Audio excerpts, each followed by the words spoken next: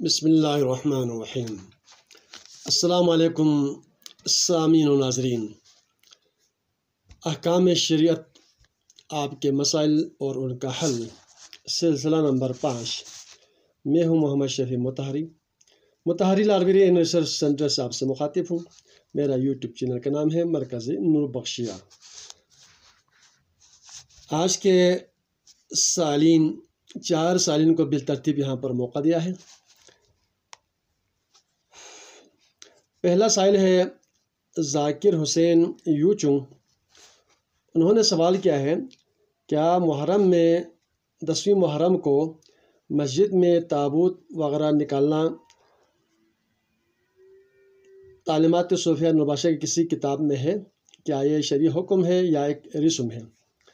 ذاکر حسین صاحب، محرم کے 10ویں ہو یا 13ویں ہو یا 40ویں ہو، مسجد میں تابوت نکالنے کا کہیں پر بھی کتب صوفیہ نوربخشیہ سے ثابت نہیں ہے۔ یہ بعض مساجد میں جو ہے ایک روایت کے طور پر جو ہے بعد میں اس کا ارتقاء ہوا ہے، تاہم یہ کوئی شرعی حکم نہیں ہے۔ یہ کسی بھی کتاب سے یہ ثابت نہیں ہے کہ مسجدوں میں تابوت نکالے۔ دوسرا سائل ہے عارف حسین کوروی۔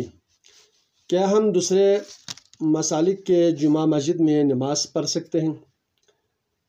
شاہ سید محمد نور بخش رحمۃ اللہ علیہ نے فقہ یافت باب الصلاۃ میں جمعہ کے مسائل میں لکھا ہے، جس بستی کے اطراف میں جمعہ کی اذان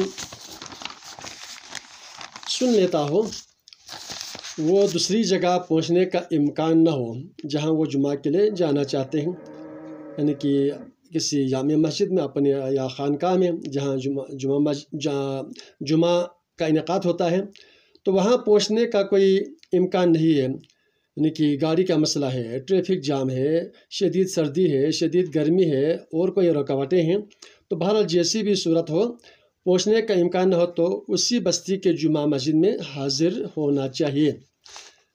اگر اس جمعہ میں جہاں پر آپ جمعہ کے لیے گئے ہیں ایک شرعی مسئلہ ہے کہ امام پوری قرات کو نہ پڑھتا ہو، تو اس صورت میں جو ہے ماموم کو، مقتدی کو جو ہے سورۃ الفاتحہ کے ساتھ ایک مکمل پڑھنا، اس امام کے پیچھے آپ کو پڑھنا یہ چاہیے، چونکہ قرات کا مفہوم یہ ہے کہ فقاہت کی روشنی میں سورہ فاتحہ کے ساتھ ایک سورہ کا مکمل پڑھیں۔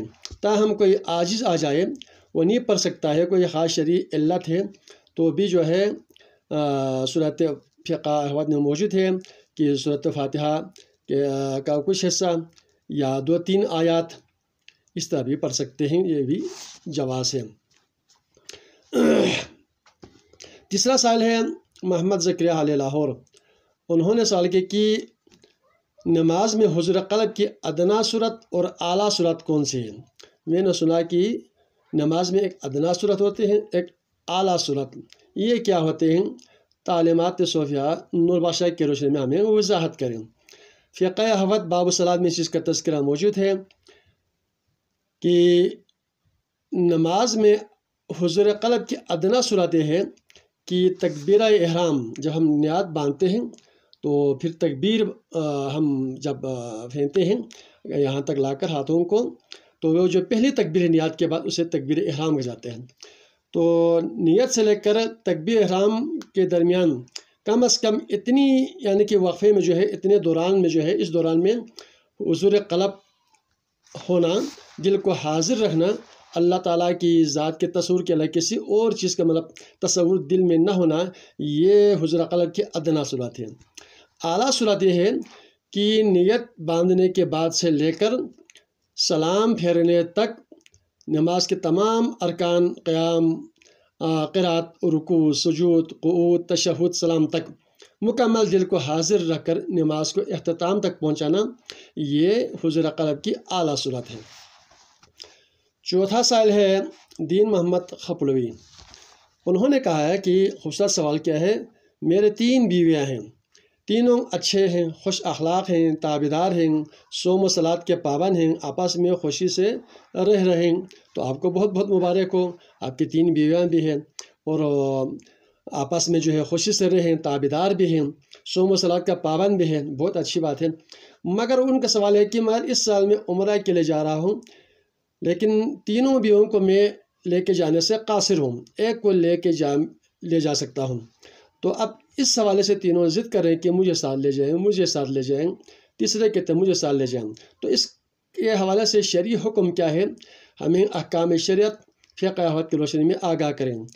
تو اس کے جواب یہ ہے، ایک تو ان کے حقوق آپ برابر طور پر ادا کر رہے ہیں، بیویاں آپ کے اچھے ہیں، یہ اچھی بات ہے۔ تو اس صورت میں تینوں آپس میں ضد کرنے کی صورت میں فقہ احوت تعلیمات محمدی میں حکم، اب ان تینوں کے درمیان جو ہے قرعہ ڈالیں، قرعہ ان کو تینوں کا اتفاق ہونا چاہیے، جس کا بھی نام آئے آپ اس کو ساتھ لے کر جا سکتے ہیں، یہ شرعی حکم ہے۔ پانچواں سائل ہے عابدہ بانو اور صدیقہ زہرا، یہ دو خواتین نے سوال کیا ہے، میرے باپ اور بھائی مجھے وراثت سے محروم رکھنا چاہتے ہیں، کیا میری بھی شرعی کوئی حصہ ہے یا کہ نہیں ہے؟ اس حوالے سے قرآن حدیث کیا کہتا ہے، ہمیں رہنمائی فرمائیں۔ عابدہ اور صدیقہ صاحبہ، آپ لوگوں نے بہت اچھا سوال کیا ہے، ہمارے معاشرے میں ایک بہت بڑا المیہ ہے، یہ ظلم کر رہے ہیں کہ قرآن نے کہا یوصیکم اللہ فی اولادکم وللذکر مثل حظ الانثیین، بیٹا 2 حصہ، بیٹی 1 حصے کے حساب سے ترکہ کا تقسیم کرنا باپ پر واجب ہے، لازم ہے۔ اگر بھائی کوئی اس طرح ضد کرتا ہے کہ ظلم ہے، اور باپ اور بھائی دونوں کو گنجائش نہیں ہے شریعت میں کہ بہن کا جو حصہ ہے ان کو پورا دینا، گھر کا حصہ، پیسے کا حصہ، جائیداد کا حصہ، ہر چیز برابری کی بنیاد پر جو شریعت نے قانون خداوندی میں جو کچھ ہے اس کے حساب سے تقسیم کرنا شرعی حکم ہے۔ اگر باپ نہیں دیتا ہے یا بھائی آپ کو تنگ کرتے ہیں، روکتے ہیں، تو یہ ظلم ہے، زیادتی ہے، آپ کا حصہ روکے گا تو ان کے لیے حرام ہوگا، ناجائز ہوگی۔ اگر آپ کے حصے پر وہ نماز پڑھیں گے تو نماز کی شرائط میں سے ایک شرط کیا ہے کہ غصب شدہ زمین نہ ہو، غصب شدہ زمین پر جو ہے وہ نماز ہی نہیں پڑھ سکتے ہیں۔ اس طرح سختی سے قرآن میں فرمایا، اس کی تفصیل جو ہے فقہ احوت میں موجود ہے، لہٰذا بہن کا حصہ اس کو دینا چاہے بھائیوں کو، اور باپ کو بھی چاہے کہ اللہ کے حکم، اللہ کے رسول کے حکم کی پابندی کرتے ہوئے بیٹوں کو اپنے حصہ اور بیٹی کو اپنا حصہ دیا جائے۔ اللہ تعالی ہم سب کو شریعت محمدیہ پر عمل کرنے کی توفیق عطا فرمائے۔